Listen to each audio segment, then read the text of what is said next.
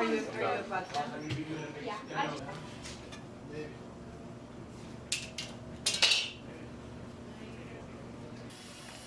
The way the universe had fucked me today with the coffee. I know.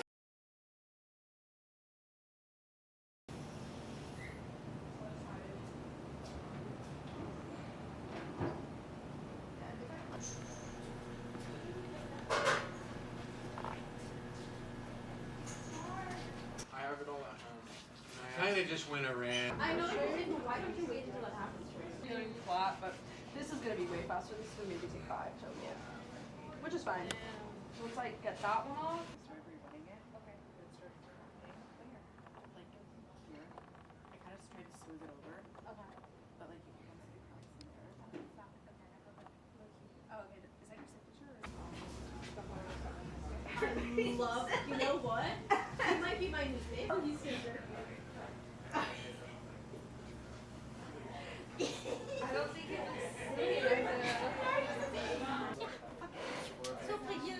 I'm really worried about next. Semester. I'm kind of worried. I've never had.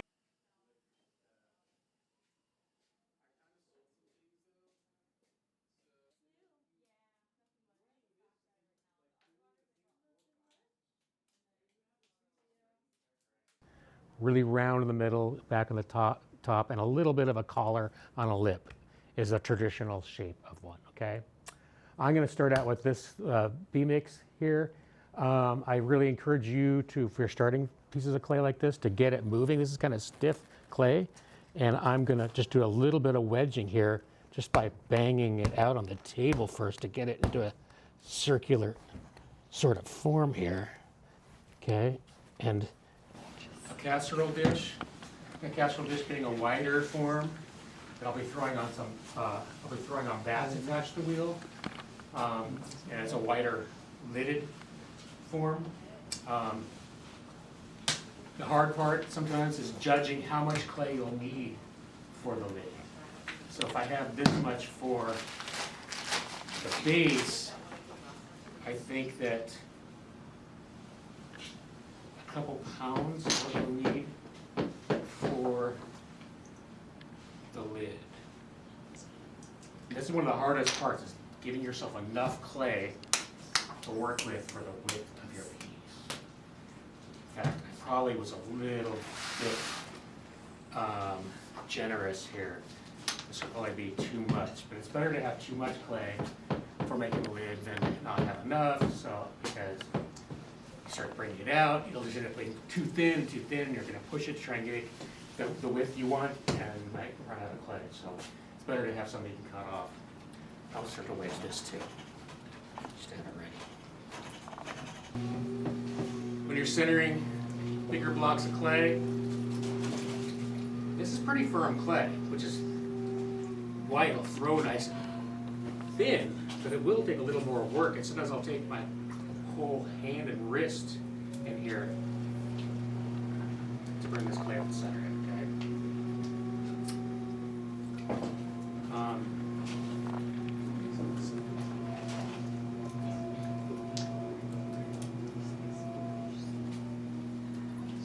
You can tell there's a few bubbles popping right there where that divot was at the top, but that's okay.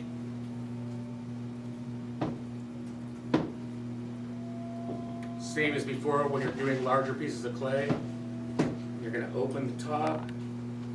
Sometimes you can't just use your fingers because you almost break your fingers trying to push into such hard clay. So I might use a fist here, push in, and that makes put some relief on your fingers that way. Around here, I'll do another pull, just enough water to slide on your piece. I don't want to put puddles of water in the whole thing, just enough to keep the walls wet enough to slide through my hands.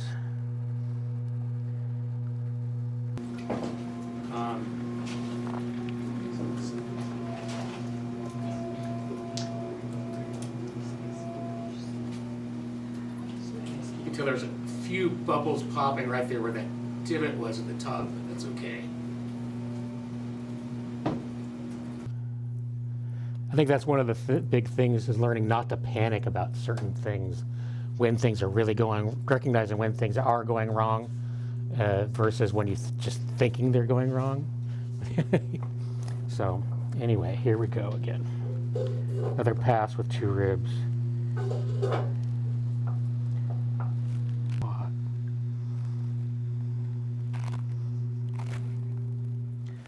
Still not as round as a real moon jar. So you're lifting from the inside rib? Or Yeah, as this rib comes up in here on the shoulder here, you're really kind of lifting and holding it up. Keeping the curve is going. You can see the shoulder moves and it wants to go off and cave in. If you got to keep lifting, keep the curve consistent. Really an arched form, as long as the curve is consistent, it'll support itself even though it's getting really thin. Okay? So the challenge, how far can you press it out? That's true. So I'll just drink up to one. Right there is where you're going to be careful to keep falling upward. That's bad. Because if it gets any too horizontal places or inconsistencies in that shoulder that I'm moving upwards, that's where it starts to collapse on you. So I'm going to just cut some of it off right now. If I want to be authentic to the shape. It's a little too tall of a chimney here on the top. So I'm going to cut that off. If you've never seen the way to cut it off, just use your ribs sometimes. The handy bottom. So you want a nice consistent bottom on a casserole. You don't want to have your spoon hang up on a rough bottom. Right? Functional concern. These things work really great in the oven. They don't go on the stovetop or anything, but because it's a stoneware clay, it's not a fireproof or flameware clay body. Like, there's a few companies that'll make a flameware clay body. Flameware clay bodies don't have to have glazes designed to really fit that clay body, though. There's not a lot of choices, and they're very expensive flameware bodies if you can find a place that still makes them. But they go in the oven great. I suggest making the, if you're going to do any wide casserole baking dishes, make them out of the Long Beach blend stoneware versus the white clay. It's not going to hold up to oven use as well. Okay, this will hold up a lot better. I come from a long background of people who worked with their hands, doing lots of things. I first worked in clay when my mom decided to go back to school to Orange Coast College, and she took a ceramics class and brought some clay, snuck some clay home so the kids could play with it. And then we made things, and she took it back and fired it, and so that'd be my very, very first experience when I was about 5 years old, I guess. And then it was years later in high school. I took 2 ceramics classes, and then I decided to go to college, and I thought, well, what am I going to take? Well, I like ceramic, I'll try that in college. And then from there, I was just really hooked with it. I just seemed to be, that's what I was always doing. And I started selling the work and kind of realized, oh, there's a profession here. And it started paying my bills in a way, even while I was still in school. And that's what made me think that teaching was a really cool career. I saw that the teacher I had, Don Jennings, down at Orange Coast College. I thought, boy, this is really a cool job. And from then out, my goal was to get degrees in art and then go to grad school so I could become a university professor. It sounds so strange to me to know that that pathway was that clear without really changing my mind much, but once I knew it, then I stuck with it. Now I know a lot of people who are famous for their artwork often feel that they're almost trapped by their own style, like they can't move back and forth like that. I think that's also one of the reasons why I became a teacher. I felt, oh, there's a teaching when I'm just teaching how to do so many different things.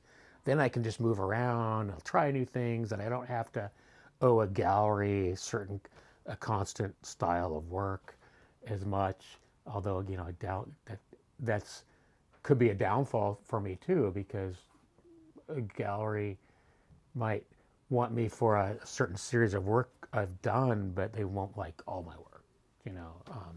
But that is a constant tinkerer in me too. I like to try things I haven't done before.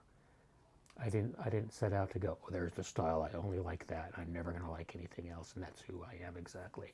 I think I'm someone who likes to do a lot of different things.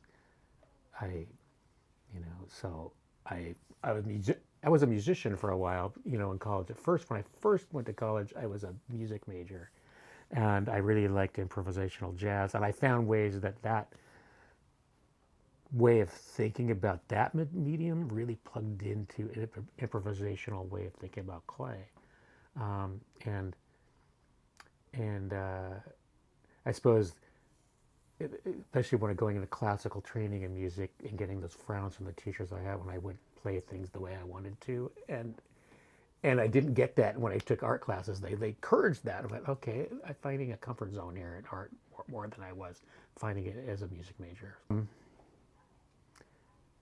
Well, there's always the real basic necessity challenges, like having a place to work, having a studio, having a kiln, having all the equipment you might need or want to have. Which is interesting because in some ways those are false sorts of desires too, because I know people who manage to work clay and have hardly anything.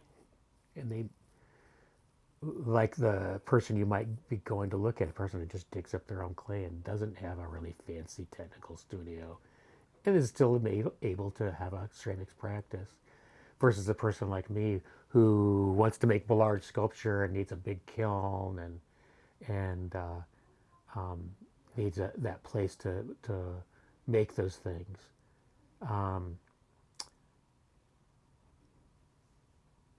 Carving out time between teaching and making my own work sometimes is a challenge.